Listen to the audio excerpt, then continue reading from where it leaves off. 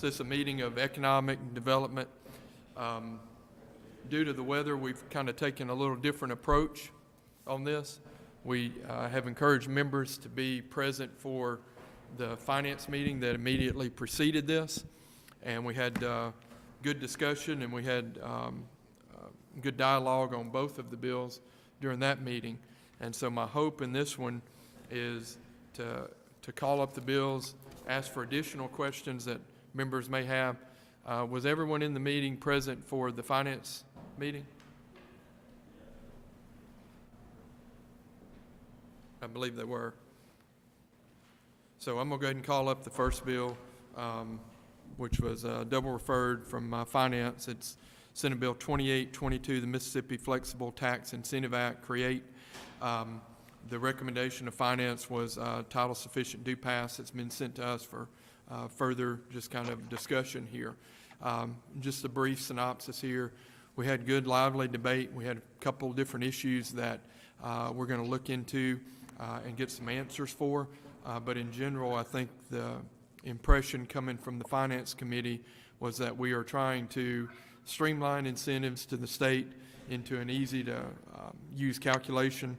We're making this flexible incentive competitive to make Mississippi a little more attractive for a new business to come here.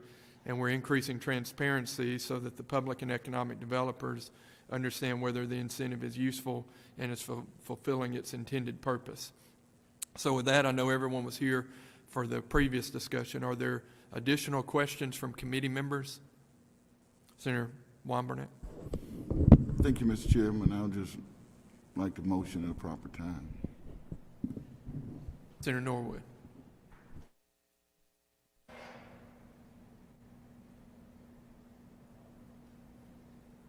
Thank you, Mr. Chairman. Looking at, I guess I see some of what I was looking for. The minimum investment is $2.5 million. okay, and that does it have anything in the number of jobs, number of employees? Do we have a number on there? Yes, sir.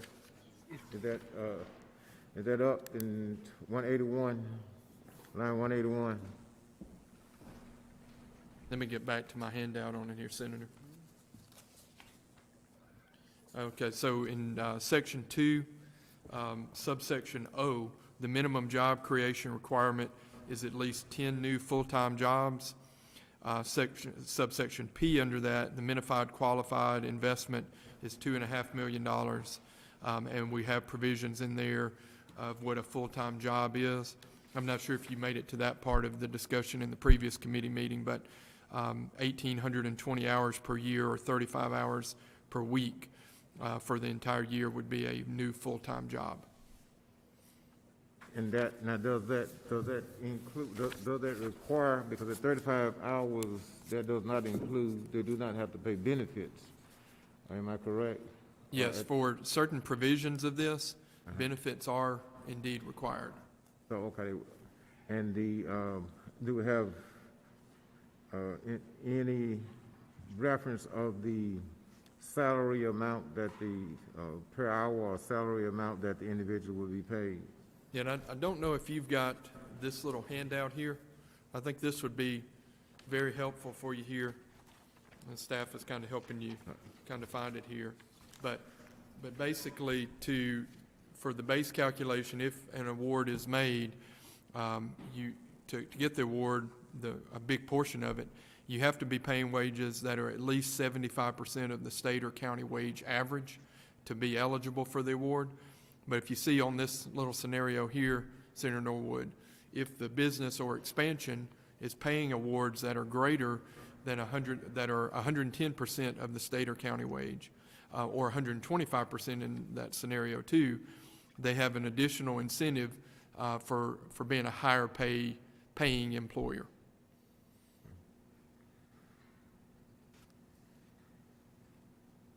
Okay, thank you, Mr. Chairman. I won't belabor. I will just take some time and look over this, and if I have further questions, I'll rest them on the floor. Thank you, Senator Norwood.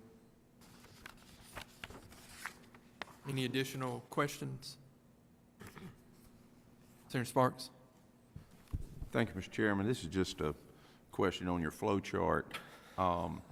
There's 3 boxes with text inside of it and 2 lines. Which way is it flowing? Don't we need arrows on our lines, Mr. Chairman? You know, this is a new, you know, from graphic artists, this is a new cutting edge flow chart here. I don't know how it was produced, but boy, I'm so happy we have this to clear everything up. You know, if you have some suggestions on graphic design, I'm sure you can speak with the author of this graphic design about that. But Thank I you, think Mr. it just it's beautiful. Thank you, Mr. Chairman. I express the same. Thank you. Thank you, Senator. Senator McMahon. Mr. Chairman, I got a couple of questions from you, for you. We are discussing Senate Bill 2822, correct? We are, inflex bill. Yes, sir. There's no language in here that constricts a county that may want to offer an incentive beyond the inflex.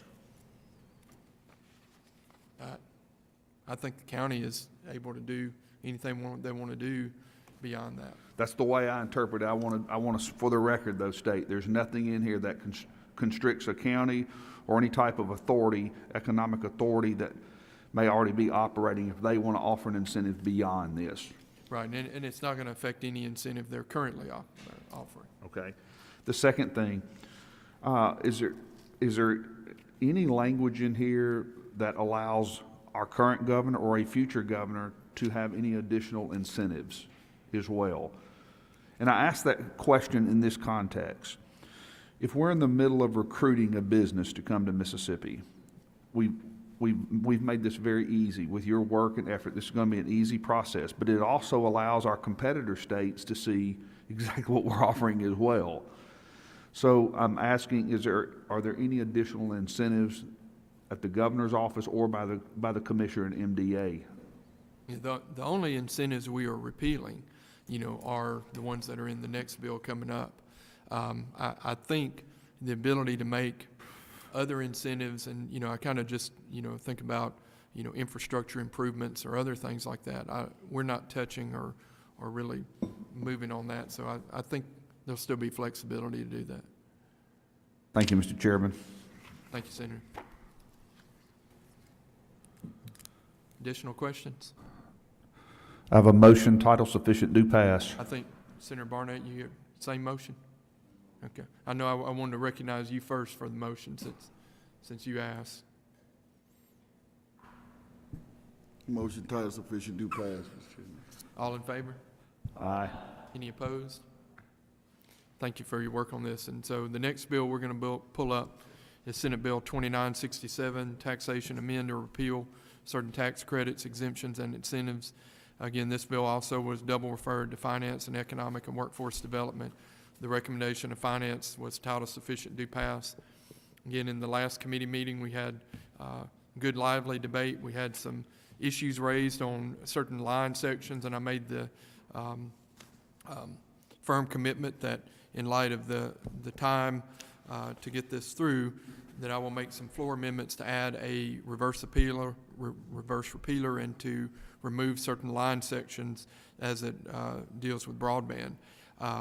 But that's the explanation was given in the last committee. Are there additional questions for committee members on Senate Bill 2967? Seeing none, is there a motion? We have a motion, title sufficient, do pass. All in favor say aye. Aye. Any opposed? That bill will be reported as well. Let me just say I appreciate truly, and I know we make light of it and make some jokes here and there, but we couldn't get a bill like this done without the staff, their particular staff members who have spent hours and hours working on this. I just want to thank them for their work on it. It is appreciated. It does not go unnoticed, you know, and we couldn't get a lot of things done without that help. So with that, is there a motion to rise and report? So move. All in favor? Aye. Okay, thank you.